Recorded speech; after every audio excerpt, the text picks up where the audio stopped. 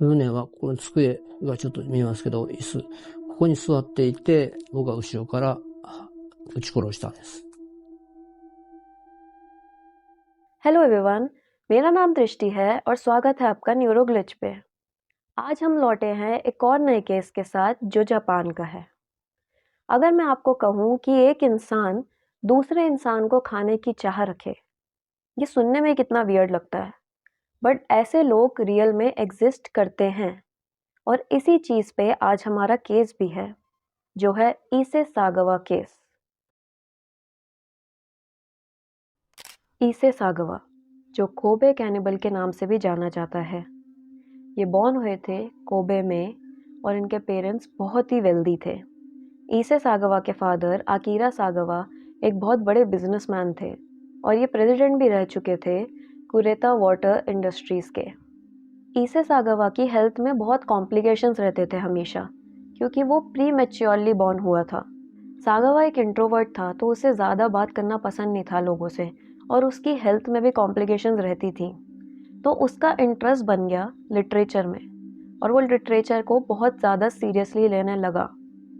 इसी में ही उसने अपनी मास्टर्स भी कंप्लीट करी और अपनी पीएचडी भी।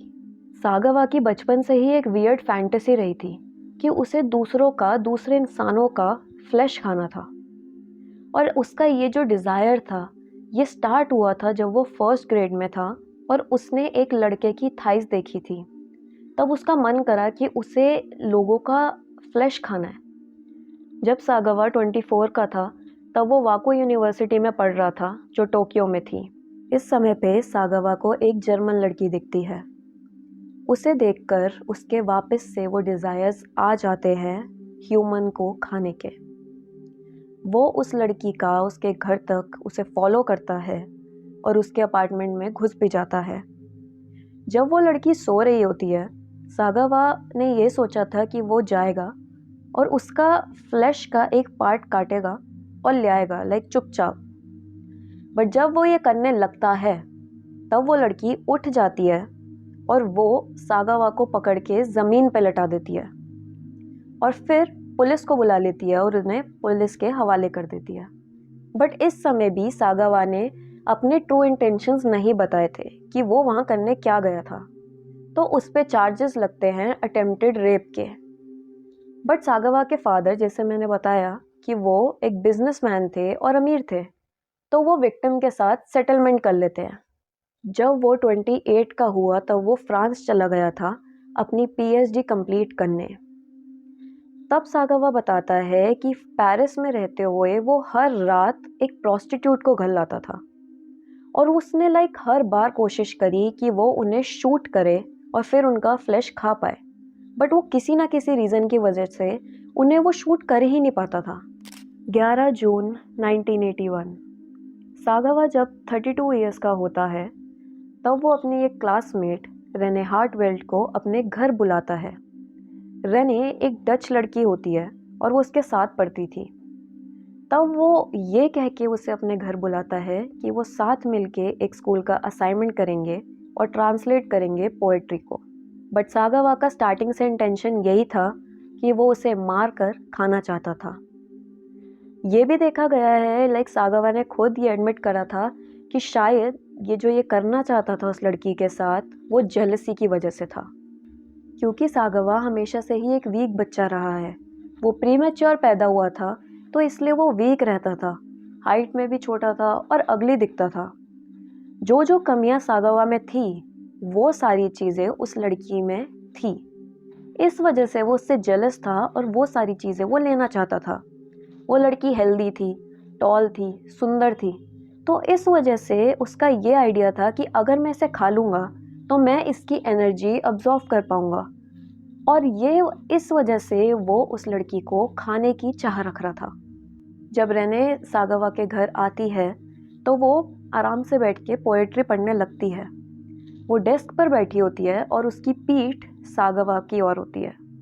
सागवा देखता है कि यार यही उसका चांस है, और वो एक राइफल से उसकी नेक पर शूट कर देता है और रेने मर जाती है। ये देख के सागवा ये भी बताता है कि जब उसने शूट किया था, तो उसके शॉक की वजह से वो बेहोश हो जाता है। थोड़ी देर बाद जब वो उठता है तो उसे याद आता है कि मेरे को अपना प्लान कैरी करना है। तो वो एकदम से सब कुछ प्लान आउट करने लग जाता है और सारी चीज़ें जो जो उसके साथ करनी थी वो करता है। पहले वो उस लड़की की डेड बॉडी के साथ उसका रेप करता है, फिर उसके फ्लैश को खाने की कोशिश करता है।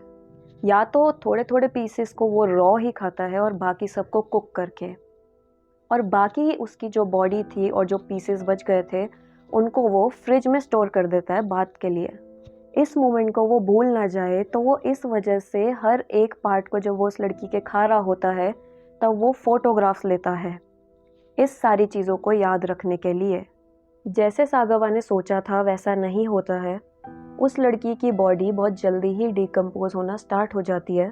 सागावा सोचता है कि उसके जो रिमेनिंग पार्ट्स हैं उनको वो सूटकेसेस में डालेगा और पास ही में एक पार्क है उसमें लेक में फेंकाएगा।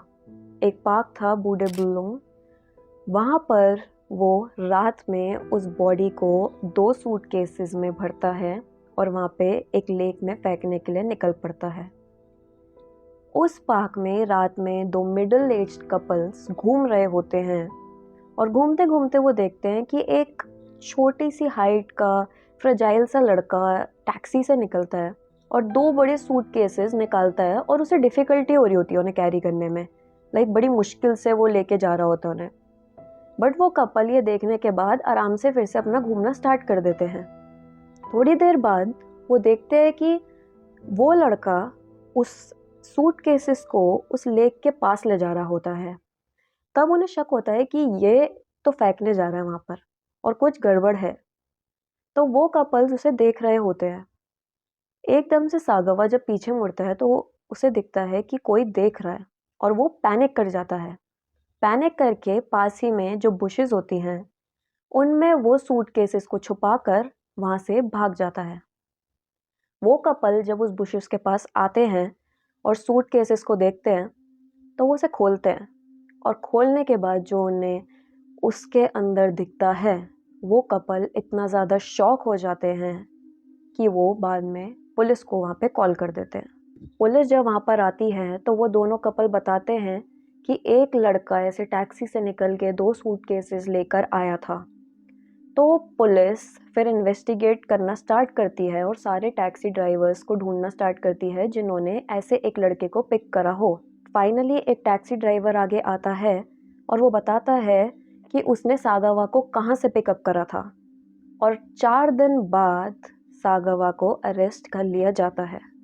सागावा के फादर उसको एक डिफेंस लॉयर दिलवा देते हैं और 2 साल तक ट्रायल का वेट करते हुए फाइनली फ्रांस का कोर्ट सागावा को इनसेन घोषित कर देता है और ऑर्डर करते हैं कि सागावा को एक मेंटल इंस्टीट्यूशन में रखा जाए। सागावा का मर्डर करना और जो भी उसके साथ हुआ वो सब जापान में पब्लिश किया जाता है। इसकी वजह से बहुत ज़्यादा पब्लिसिटी होती है। फ्रेंच अथॉरिटीज़ ये सब देखती है और वो डिसाइड करती हैं कि वो सागावा को डिपोर्ट कर देंगे अब जापान। उस हॉस्पिटल के जो भी साइकोलॉजिस्ट होते हैं वो सागावा को एग्जामिन करते हैं और ये पाते हैं कि वो सेन है, वो अपने दिमागी तौर से बिल्कुल सही है और जो भी वो ये करता है वो सिर्फ अपने सेक्सुअल डिज़ायर्स की वजह से करता है। उसके सेक्सुअल डिज़ायर्स की वजह से ही वो मर्डर करता है, क्योंकि सागावा के सारे चार्जेस को ड्रॉप कर दिया गया था फ्रांस में और उसके डॉक्यूमेंट्स को सील कर दिया गया था। तो वो सारे डॉक्यूमेंट्स जापान की अथॉरिटीज़ को नहीं दिखाए गए। इस वजह से जापान सागावा को लीगली कैद करके नहीं रख सकता था। 12 अगस्त 1986 ये वो दिन था जब सागावा फाइनली हॉस्पिटल से निकल जाता है और फिर अपनी लाइफ फ्रीली जीता है जब तक उसकी डेथ नहीं हो गई। उसकी ये लाइफ फ्रीली जीना और जो भी उसको कोई भी सज़ा नहीं मिली, लोगों ने इसको बहुत क्रिटिसाइज़ करा था। रिलीज़ होने के बाद सागावा ने बहुत सारे इंटरव्यूज़ दिए, मैगजीन्स में आया, उसने खुद अपनी बुक्स लिखी कि कैसे उसने मर्डर करा था। बट इसके बाद ये हुआ कि सागावा को लोग अवॉइड करना स्टार्ट कर देते हैं और उसको काम भी मिलना बंद हो जाता है। थोड़े टाइम बाद उसके पेरेंट्स की डेथ हो जाती है और उनके फ्यूनरल को भी उसे अटेंड नहीं करने देते। एक इंटरव्यू में सागावा ये भी कहता है कि ये बहुत बड़ी पनिशमेंट है कि एक मर्डरर और एक कैनिबल कहलाना। थोड़े टाइम बाद सागावा को एक हेल्थ इशू हो जाता है जिसकी वजह से उसका पूरा नर्वस सिस्टम खराब हो जाता है। उसका छोटा भाई और केयर गिवर्स उसकी देखभाल कर रहे होते हैं। उस टाइम पर सागावा ये भी बताता है कि वो अपनी लाइफ में ये रिग्रेट करता है कि उसने एक ऐसा ऑब्सेशन रखा था। 24 नवंबर 2022 सागावा निमोनिया कॉम्प्लिकेशंस की वजह से जब वो 73 इयर्स का होता है ही फाइनली डाई।